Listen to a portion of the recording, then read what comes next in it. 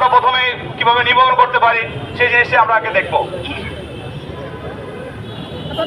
তো প্রথমে হচ্ছে আমরা আগে জানতে হবে যে আগুনের ভিতরে কি আছে।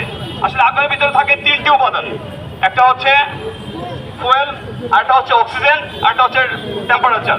এই তিনটা জিনিসের সমন্বয়ে যখন চেইন অফ রিঅ্যাকশন হয় তখনই কিন্তু আগুন ধরে যায়।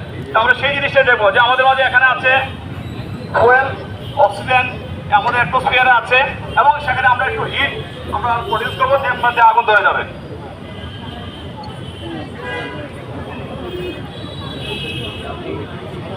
জমাই দেবো, ওকে জাস্ট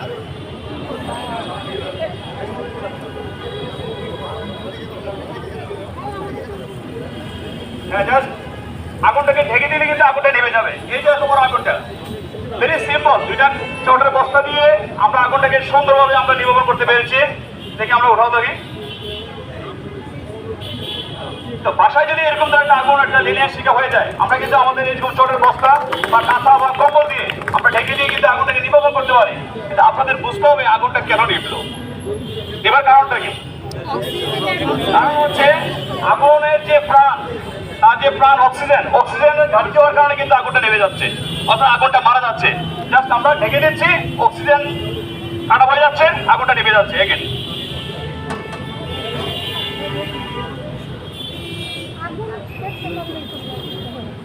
ওকে,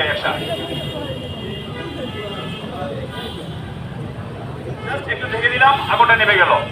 এটা কিন্তু আমাদের সবার পক্ষে সম্ভব। বাসা বাড়িতে এটার জন্য তেমন কোনো প্রস্তুতি দরকার নাই যে আমি কি করবো।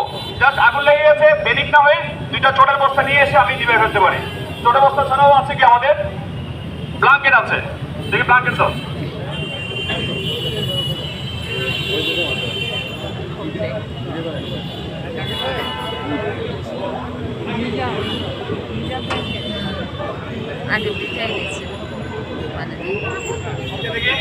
আমরা যখন চটের বস্তা দিয়েছিলাম, এখন দিচ্ছি আমরা দিয়ে ব্ল্যাঙ্কেট দিয়ে দেখি বা কাঁথা দিয়ে।